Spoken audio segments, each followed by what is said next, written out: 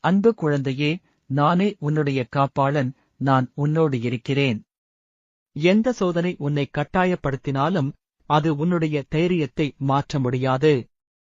நம்பிக்கை கொண்டிரு, ஏனெனில் நீ முன்னேறும் போது நான் உன் பின்னால் நின்று உனக்கு ஆற்றல் தந்து வழிகாட்ட வருகிறேன்.